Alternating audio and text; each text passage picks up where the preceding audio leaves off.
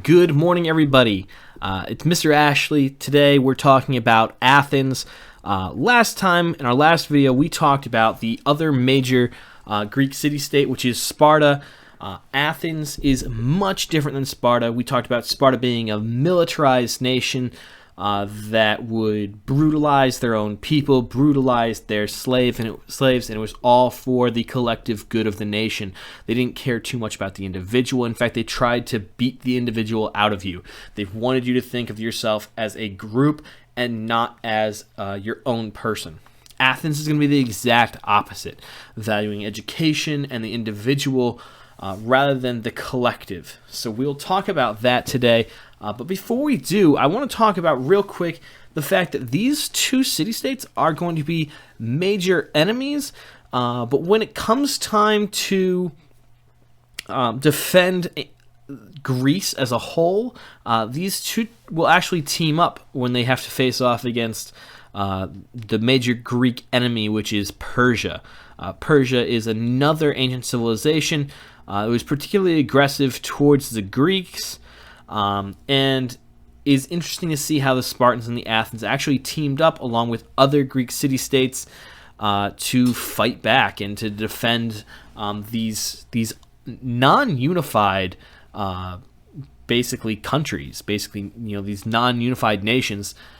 So let's dive on into it really quickly here.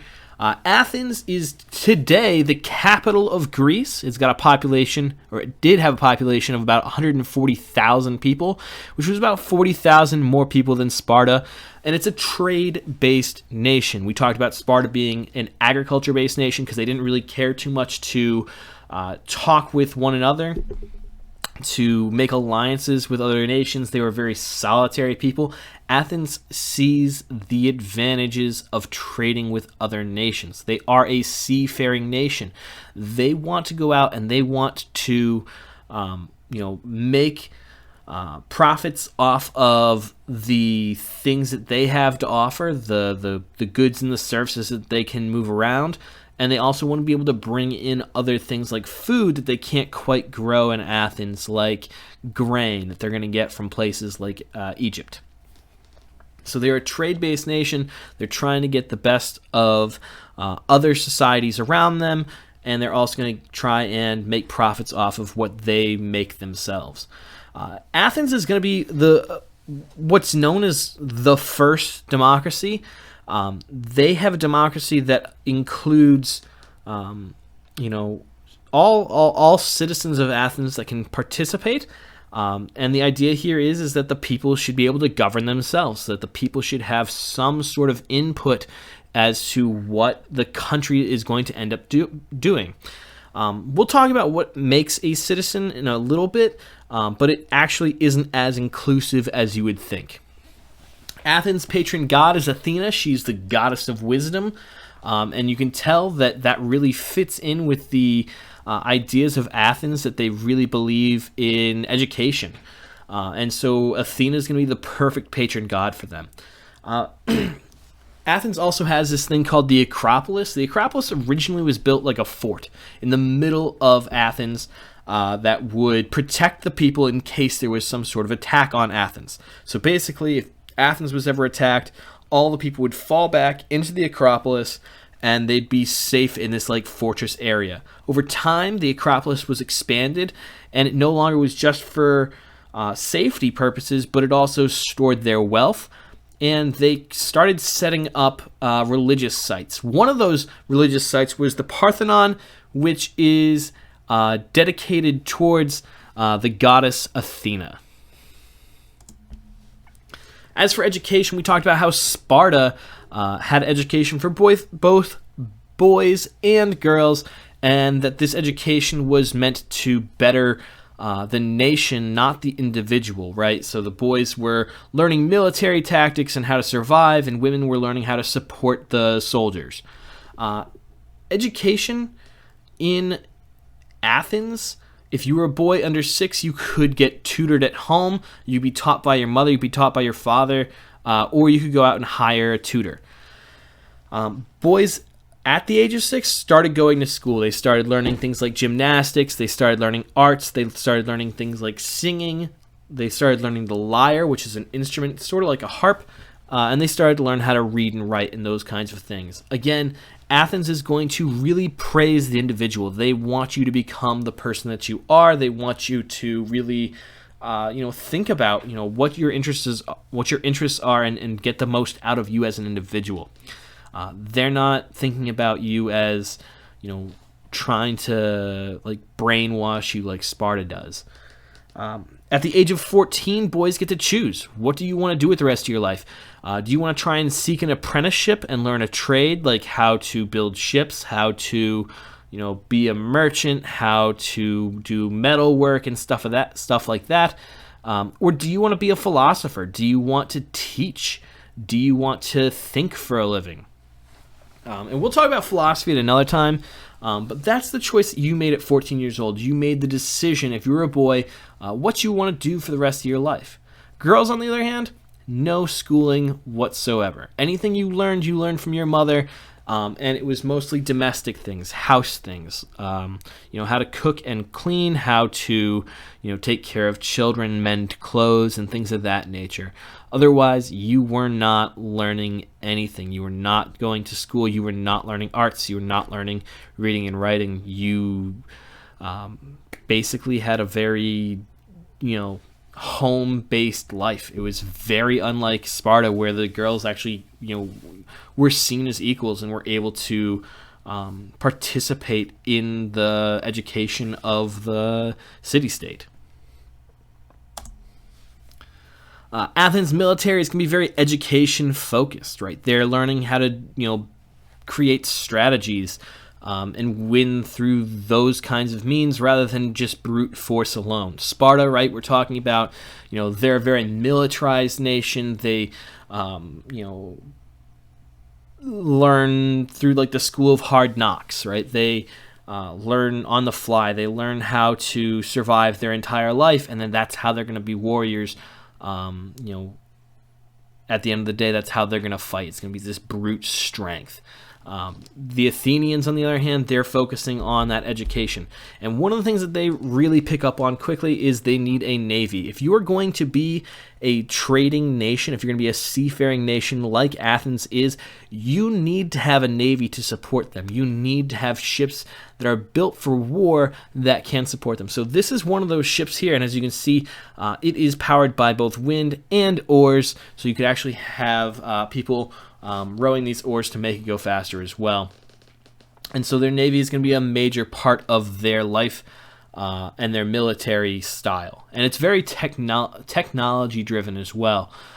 They're not just relying on brute strength. They're relying on new innovations. They're learning about how to enclose Athens in like a fortified wall. They're learning how to use the wall to their advantage. They're using things like catapults and all sorts of things like that in order to defend themselves. And again, not focusing so much on the brute strength of their soldiers, but rather what Athens has to offer, which is education and technology. The daily life of most Athenians, only men were considered citizens, and that does not include slaves. Slaves were not included as citizens. Only men were citizens, and that's about 30% of the population.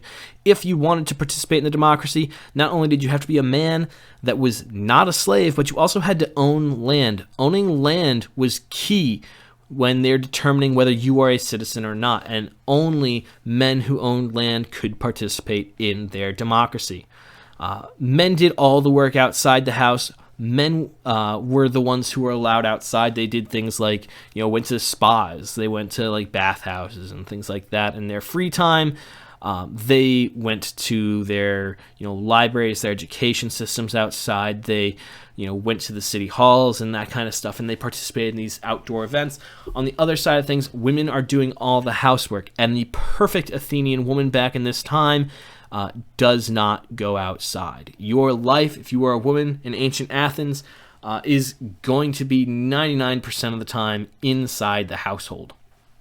We talked about slaves just a little bit. Slaves are going to make up about a quarter of the population, and these are going to be mostly people who are captured during war. So the people that Athens are fighting with, they're going to capture them, bring them back to Athens, and enslave them. And these slaves could eventually earn their freedom, but they could never be citizens. Only true-born Athenian men who owned land could ever be citizens of Athens.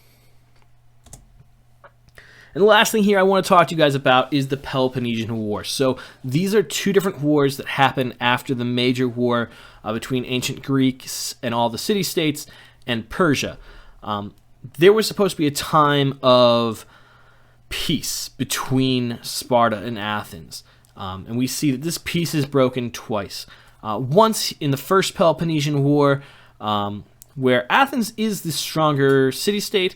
Athens is going to control the water with their navy. They're going to try and blockade Sparta, and they're going to try and raid Spartan cities and Spartan allies. So basically they're taking those ships, they're coming on land really quickly, they're invading the land really quickly, and they're basically like sneak attacking. They come out, they pummel the cities, they light them on fire, and they leave. They get out of there. Sparta, on the other hand, they're going to control the land. We talked about how they are a very good militarized nation. They love war. It's like that vacation for them. And so they are going to control the land.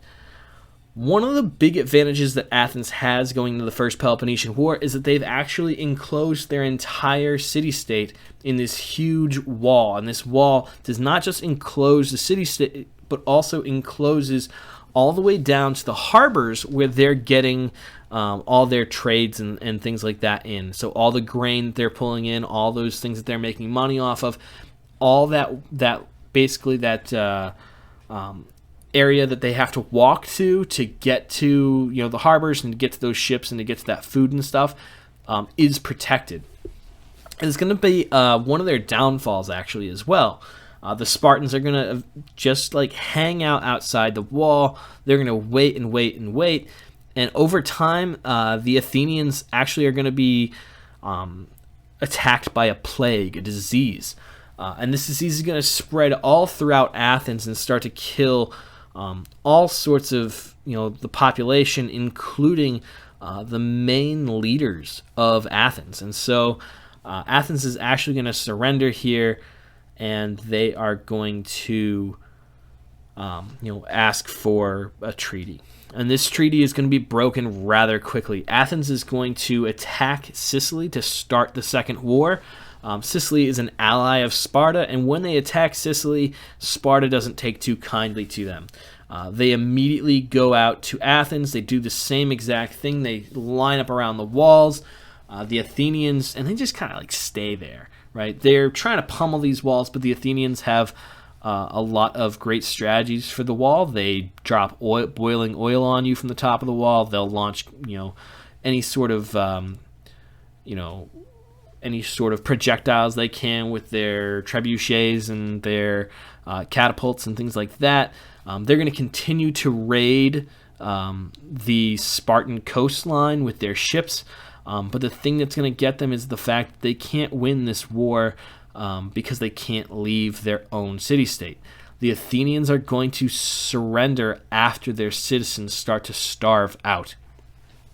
And thinking like the Spartans are this brutal nation, you'd assume that after this war that the Spartans would just come in there, clear down the wall, destroy everything, capture all the people, kill the rest, make them slaves, and that just doesn't happen. Actually, all the other allies of Sparta are telling Sparta, you got to come in here, you've got to destroy this city, you've got to burn it to the ground, you got to enslave these people. And Sparta says, no, we don't want that. We just want this to end. What we want is the wall to come down. So they tear down the wall around Athens and they just leave it. They go back to Sparta, and Sparta is now the dominant city-state in ancient Greece. Thank you guys for your time today. Really appreciate you guys listening and doing your classwork.